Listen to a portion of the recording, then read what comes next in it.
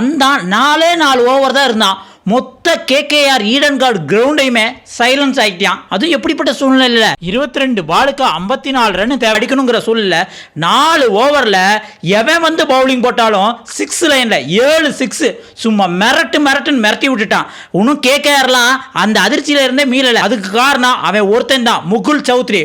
இவன் இக்கட்டான சூழ்நிலை கூட கொஞ்சம் கூட பயம் இல்லாமல் வெளுத்து வாங்கிட்டான்னு தான் சொல்லலாம். ஃபர்ஸ்ட் கேகேஆர் எதிர்பார்த்த ஸ்கோர் அடிக்காட்டாலும் ஓரளவுக்கு டஃப் கொடுக்குறாப்புல 181க்கு 4 விக்கெட்டை இழந்து 182 தான் டார்கெட்னு கொடுத்தாங்க. ரெண்டாவது வந்த எல்எஸ்சி வந்து மிச்சல் மாசோ, மார்க்கரமோ, பண்டோ, பூரானோ யாருமே அடிச்சு கொடுக்கல. எல்லாருமே வந்து 10 15 இப்போ 22 அந்த மாதிரி தான் அடிச்சாங்க. அந்த நேரத்தில் ஆயுஷ் பதானி ஒரு நல்ல நாக்கு அடிச்சு 54 ரன் அடிச்சிட்டாப்ல. அதுக்கப்புறம் ஒரு நாயகன் உதயமாகிறான் அப்படின்னு சொல்ற கூடிய முகுல் சௌத்ரியோட ஸ்டோரி ஆரம்பிக்குது. 17வது ஓவர்ல இருந்து 2வது பால்ல இருந்து ஆரம்பிக்குது.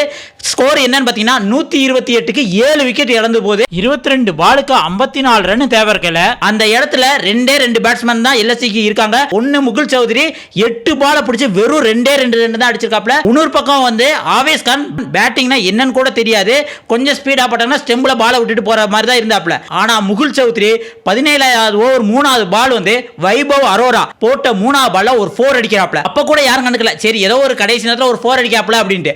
அதுக்கப்புறம் அந்த 17வது ஓவர் 4வது பால்ல ஒரு 6 அடிச்சாப்ல பாருங்க.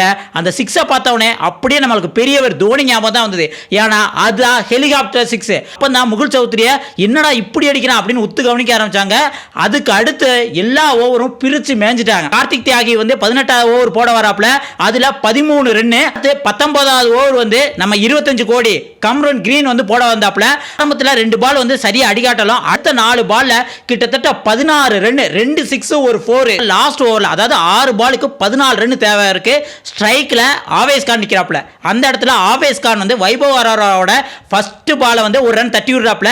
இப்போ ஸ்ட்ரைக்குக்கு முகுல் சௌத்ரி வந்துடுறாப்ல. வந்தவனே ஒரு சூப்பர் 6. அடுத்த 4 பால்ல 7 ரன் எடுத்தா வின் அப்படிங்கிற மாதிரி தான் இருந்தது. ஆனா என்னன்னா வைபவ் அரோரா பிரில்லியண்டா 2 பால் போட்டு அதுல ரன் அடிக்க விடாத மாதிரி பண்ணிட்டாப்ல. இப்போ 2 பாலுக்கு 7 ரன் தேவை இருக்குல்ல. 5வது பால்ல ஒரு மரண 6. இப்போ ஒரு பாலுக்கு 1 ரன் தான். நீட்டா அது கீப்பர் கையில பால் போனவனே 1 ரன் ஓடி எடுத்துட்டாங்க. இந்த இடத்துல முகுல் சௌத்ரி செமையா ஒரு நாக்காடி எல்எஸ்சியை வின் பண்ணி கொடுத்தது மட்டும் இல்லாம தனக்கு ஒரு 15 எடுத்துக்கிட்டாப்ல. பிரில்லியண்டான பார்ட்னர்ஷிப். இவங்க ரெண்டு பேரும் பார்ட்னர்ஷிப் 53 54 நினைக்கிறேன். இதுல ஒரே ஒரு ரன் தான் வந்து ஆவேஸ் கான். மித்த 50+ ரன்னுமே வந்து முகுல் சௌத்ரி தான். உண்மையிலே ஏதோ ஒரு 50 அடிக்கிற ஒரு மேட்டர் கிடையாது.